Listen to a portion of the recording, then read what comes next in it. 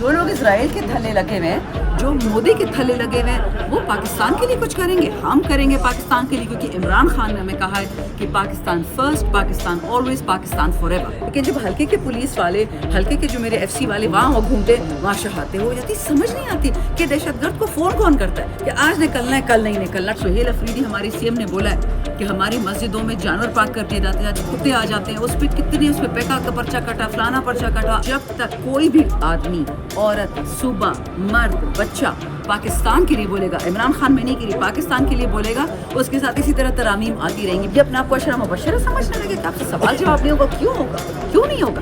جاتی عمرہ والے تھے جو گونگے ہوئے 1 مہینے سے, لبیک والوں کو پہلے نکلوایا, پھر ان کو قتل کروایا, ان کو پیٹ پیٹ ان کا بیڑا غرق کر دیا, پھر ان کی لاشوں کو مسخ کیا گیا, ان کو تباہ برباد کر دیا. کیوں؟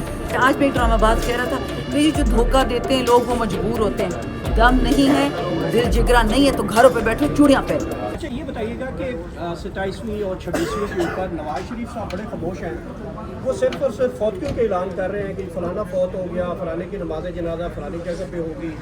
اس کے علاوہ ان کا ٹویٹر بند ہے, منہ بند ہے, کیا وجہ ہے؟ کچھ چھپا کے رکھا ہوا ہے. سنے جاتی عمرہ میں دھوپ لگواتے ہیں پھر اندر بھیج دیتے ہیں, تھوڑی سی دھوپ لگواتے ہیں پھر اندر بھیج دیتے ہیں. جاتی عمرہ والے تھے جو گونگے ہوئے 1 مہینے سے, لبیک والوں کو پہلے نکلوایا, پھر ان کو قتل کروایا, ان کو پیٹ پیٹ ان کا بیڑا غرق کر دیا.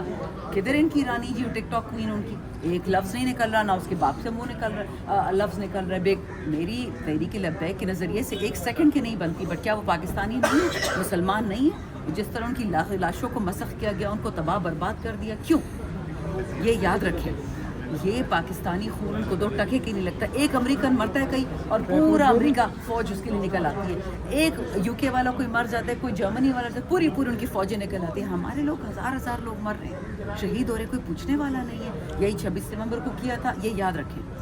اللہ کا شکر ہے کہ چاہے نواز ہو چاہے زرداری ہو, ان کی گندی شکلیں جو ترمیم اپنے لیے امیونٹی لے رہے ہیں. کیوں امیونٹی؟ ایک فرد واحد کو حاصل تھی جو ہمیں قرآن میں پتہ ہے, وہ رسول اللہ صلی اللہ علیہ وسلم. اشرا مبشرہ جو لوگ ہوتے ہیں, یہ اپنے آپ کو اشرا مبشرہ سمجھنے لگے کہ آپ سے سوال جواب نہیں ہوگا, کیوں ہوگا, کیوں نہیں ہوگا.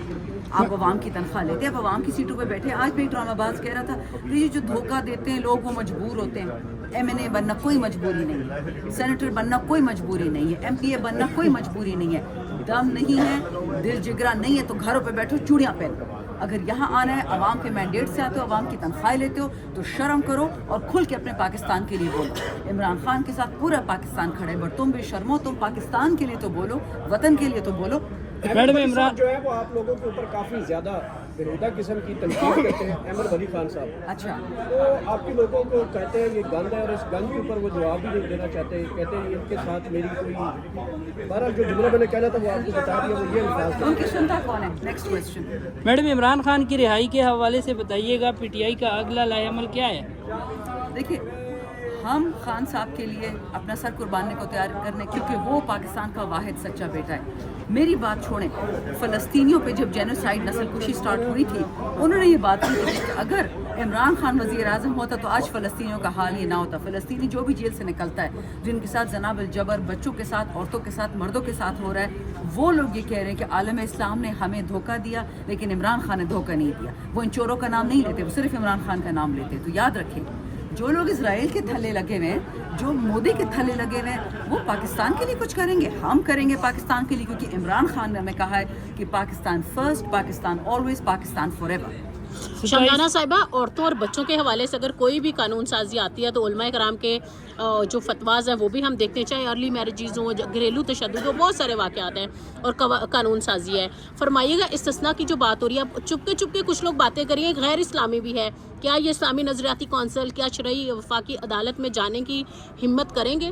دیکھیے, میری تو ان سب سے ایمان اٹھ گیا, کیونکہ جب اسلامک آئیڈیالوجی کاؤنسل نے کہا کہ جی VPN حرام ہے, اور پھر اسی فارم 47 کا پرائم منسٹر VPN استعمال کر رہا تھا, پھر حرام کا فتویٰ لگا, اس کو پھانسی بھی تو دو.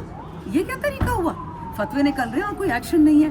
معذرت کے ساتھ, یہ لوگ جو ریلیجن کو بیچتے ہیں, جو دین کو بیچتے ہیں, جو دین کا, اسلام آباد میں مسجدیں راتوں رات مسخ ہو جاتی ہیں, وہاں درخت لگ جاتے ہیں, شرم نہیں آتی؟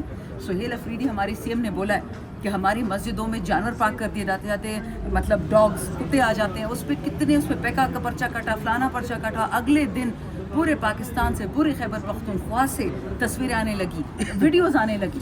اچھا, کیا زور ہے جی